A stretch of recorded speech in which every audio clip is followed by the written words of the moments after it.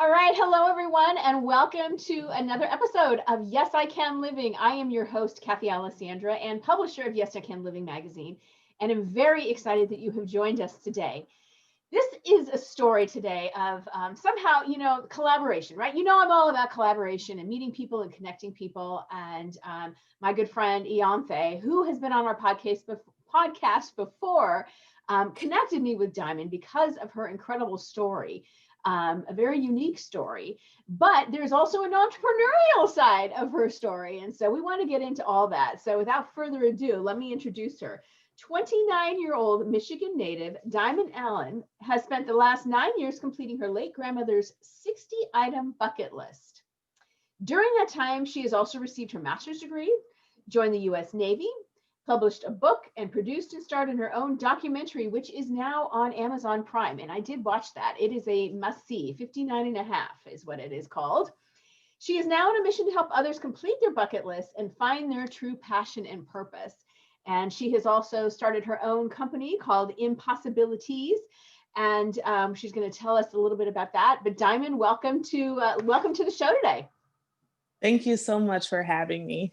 Oh, I'm excited to have you. I love seeing young women entrepreneurs who are making a difference and following their passion, living their dreams, and heck, a bucket list to boot. I am all about bucket list, right? And it's not even your bucket list. So, and that's actually how we first connected, was because of this bucket list story. So let's start there and then work into the business part of this. But tell me a little bit about this 60-item bucket list of your grandmother's. Well, we began it on her 60th birthday, which was my sophomore year in college. A little before that, she was diagnosed with uterine cancer. And, she lost her hair and different things like that. But I was away at school, so I didn't get to watch her go through those changes. So my first time really seeing her look so different was at her 60th birthday, which I came to town for. But at my school, we had just watched the film Bucket List. So when I came home, I was like, Grandma, we should make one of these since it's your 60th birthday. And she entertained me, but she wasn't really that keen on it. So we made it, and I decided it should be 60 because it was her 60th birthday. And when she put the things down, I wasn't much paying attention to it. I was writing my own list, which had like 3 things on it. Like I wanted to go to England and like get a Coach purse or something so trivial.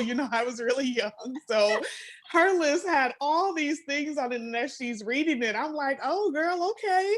I see what you want to do with yourself, So we didn't think much of it, but a month later, she passed away in September. And I didn't even realize that she was at that point. I was really sheltered at that time. So after we cleaned out her things, I took the things I wanted.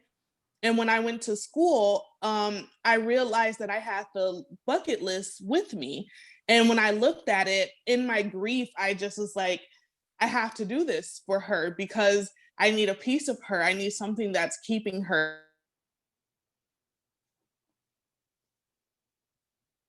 to another school on winter semester and began doing her 60-item bucket list. Love it. Love it. Awesome. Fantastic. Well, the Amazon movie, the Amazon Prime movie goes into, it shows you doing the 59. Yes, the last item, right? Yes. So tell me a little bit about what were some of the things on the bucket list that you did that were more challenging than others, and what you learned from some of those things. So the bigger things on the list, which I wasn't quite expecting or thinking about when I decided to do the bucket list in her honor, where she wanted to have brunch with Meryl Streep and Diane Keaton. She wanted to meet a president. She wanted to sit next to Oprah, go to an award show, travel the world. She wanted to give a scholarship to a student in need. She wanted to write her own autobiography. And then a few smaller things on the scale, like cook a 3-course meal. She wasn't a great cook at all, in my opinion. So that was a big thing because I'm not either. So I still was like, I'm not sure. And many other things that added to the 60, but definitely the people on the list and going into places that I wasn't going to be invited in was definitely going to be the most challenging. And I actually realized none of those things were as challenging as I thought they'd be. The smaller things were the harder ones that I actually had to deal with, aside from the last item that hasn't been completed yet. But Meryl Streep was actually the easiest time I had. I guess I can't say easiest because not everyone would be able to do what I did to get to her. But as far as someone just being willing, she was the most easy and willing person that was on the list for me to interact with.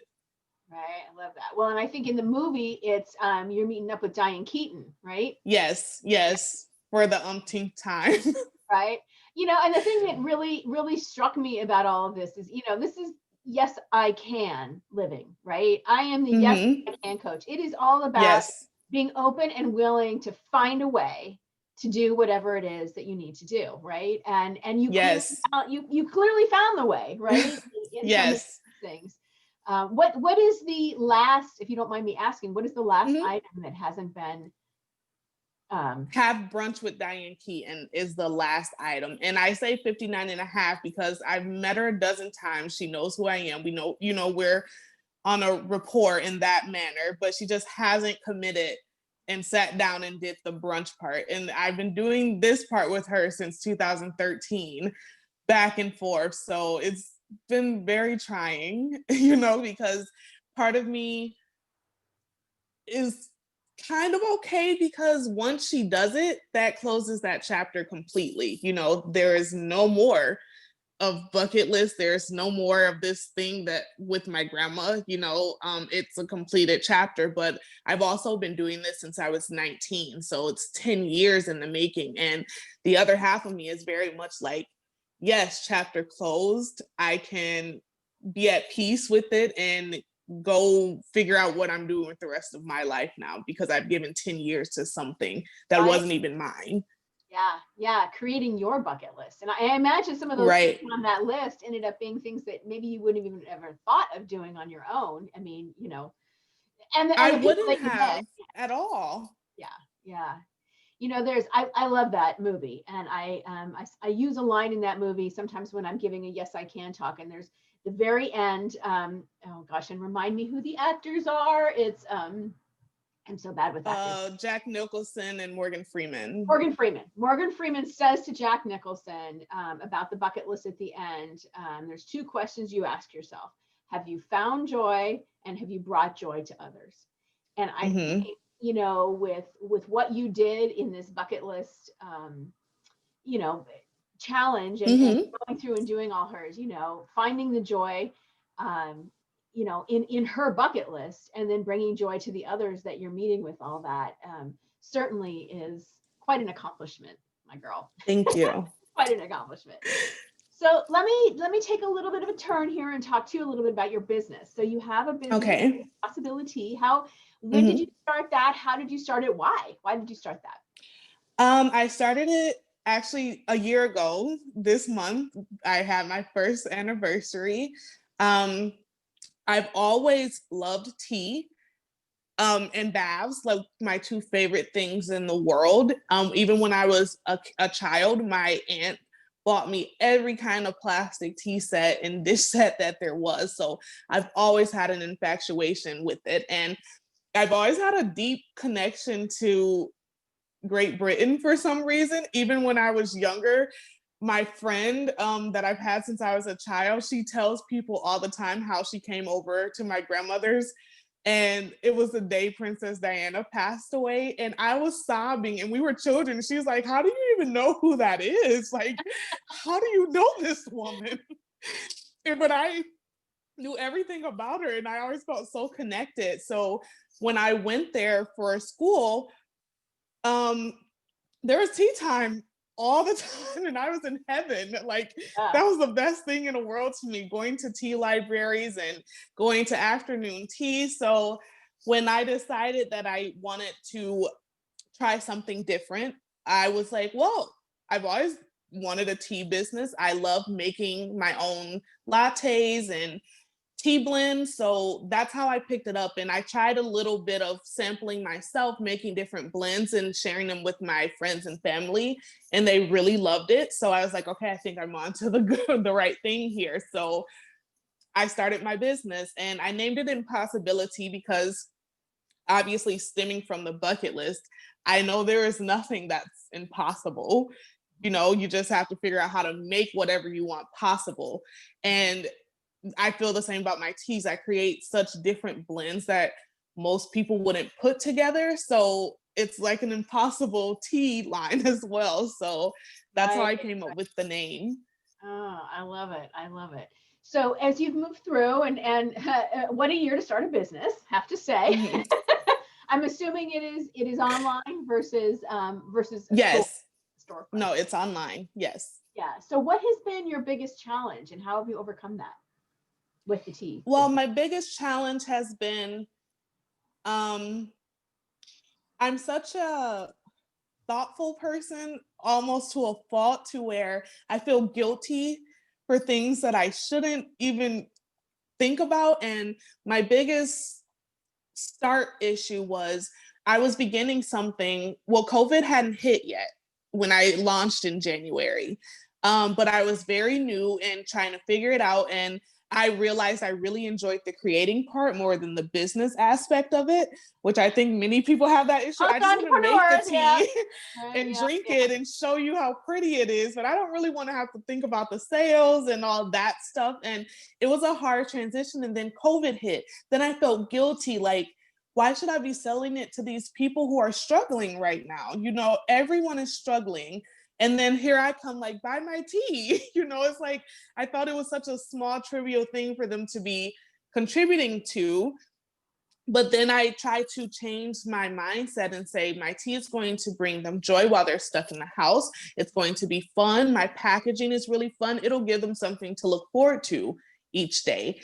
And to my surprise, I had no issue. I sold out of every tea that I came out with every time, you know. So I was really fortunate to have as much support during such a difficult time for everyone. Yeah. Yeah, absolutely. Now, did you have to, during COVID, we all had lessons. Hmm. We all had, I mean, the pause for the possibilities is as like, Absolutely. did you need to, or did you pivot in your business? Did you need to make a shift, or since you were already online, were you able to just keep doing what you were doing, or how did that work for you? Um, there was a time in there where it really slowed down a lot, and I had to figure out how to change the dynamic of what I was doing because something was amiss. So I paid attention online. I looked at what everyone was experiencing, what people liked, what people were finding comfort in, and I decided to add a bath line to my tea line that is tea based because I felt the way to incorporate what I felt good with. And you know, it's the thing, you make the best business out of things you actually enjoy that are missing. So I took a lot of baths during quarantine, you know, like 3 times a day. I'm like, I'll just go take a bath. So I was like that, and I had tea while I was taking the bath, and I was like, oh, this is a great combination. So I decided to do tea-based bath salts and tea-based soaps and do, you know, spiritual things while I'm in the tub to really cleanse and give myself a fresh start after each bath. Like if the day was going not great, or I was just in my head from being stuck in the house alone for so long, the baths really helped. And I would do, you know, affirmations while I was in there. So then I added that part to my tea business and started the luxury tea bath line. And it started selling again because other people needed that. And I saw that like other people need what I need right now. So I Yeah. made that my new selling point is the relaxation, you know, take a bath, have your tea with it, or wait till you get out, you know. And I also have a chronic pelvic condition, interstitial cystitis, and I had a lot of pain. So the bath also helped with that. So I started infusing it with CBD oil because it really helped me, and my doctor recommended it. So I also asked others, would this be something you're interested in? And so many people were. So it was like the perfect transition into all things I love, which makes it so much easier also. Absolutely. But I love how you also did the vertical piece, right? It was tea, so it's still tea. It's all tea based, right? Yes. But Hmm. it's drinking, it's bath, it's salts, Yep. it's soaps, and yeah, I love that. You really stayed in on your core, Yes. specialty, right? But then Yeah. also following your passion, also following your Yes. passion, for sure. So what? How? Well, let me ask you this: how do you? And let me ask you well, you completed 59 and a half bucket list items Hmm. from, somebody else's bucket list, right? I mean, there's Right. for sure. How do you define success personally, though? When you look at your business and your life, how would you define success? Um,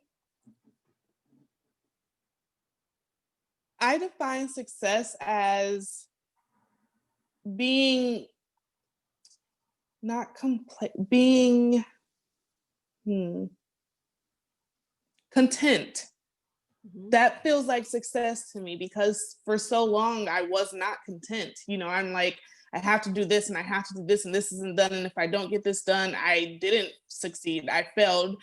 But eventually I started to be content with where I was and I started to be um lenient on myself, Mhm. and that's when my definition of success began to change because I was really ingrained with what most of society is, that you have to achieve certain things or get to a certain level in life in order for that to mean success. But I stopped letting other people define what my level of success would be, because once you've done something like I've done, like the bucket list thing, and so many people hear about it, it sets a bar at an unreachable level. Like I put an expectation that I have to top that then, and you can't top something like that because it wasn't created out of competition or out of for the public eye. It was something that was created out of love and care of my grandmother. So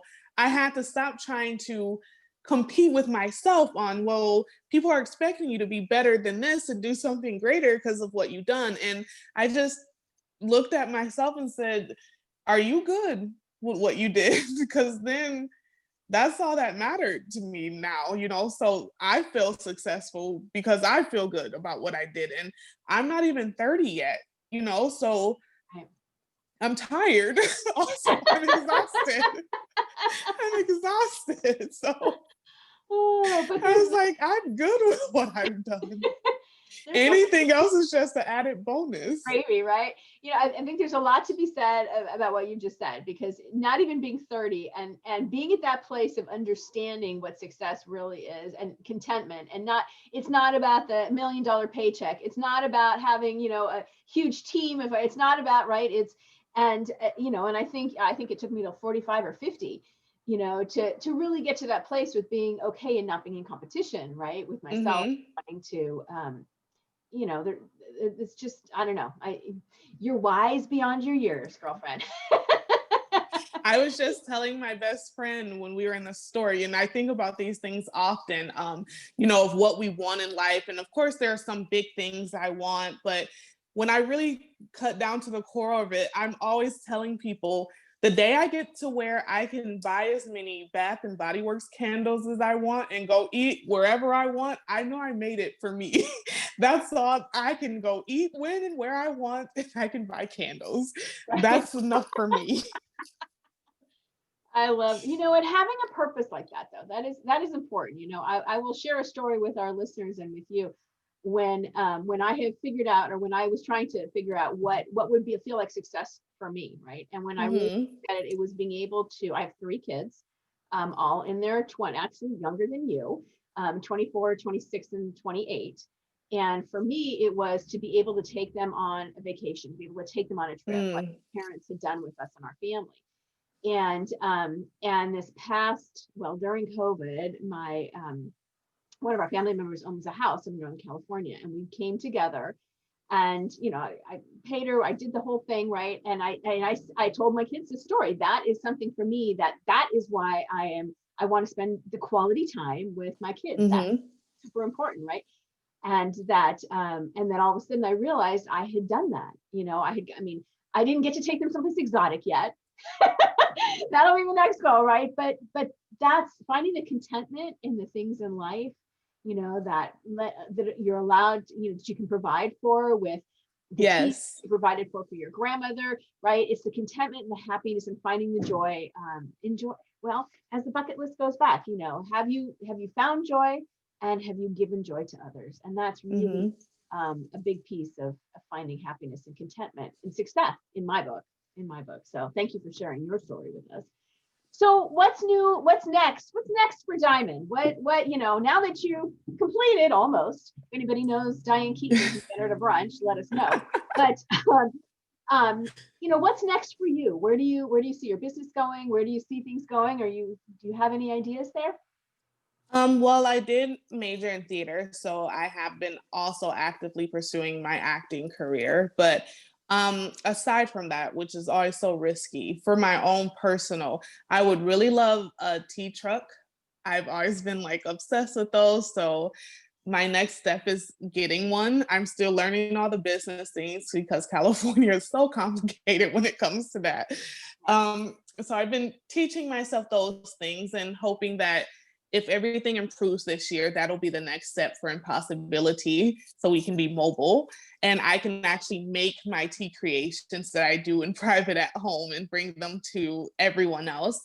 And as far as the bucket list, after I went through that journey, and I know for so many people, it stands bucket list when you think of it brings excitement and joy and traveling, but my experience while I had those things was so much different. It was such a personal, and it was a struggle many times because I was 19 with no money, literally moving states to states and out of the country and joining the military and coming back. I did so many things that were really hard, but it made me think of life so much differently. You have such a different outlook that I wondered how many people where I came from or who just had a similar background to mine would never get to experience so many things, because I can honestly say, had my grandmother not died, I wouldn't have.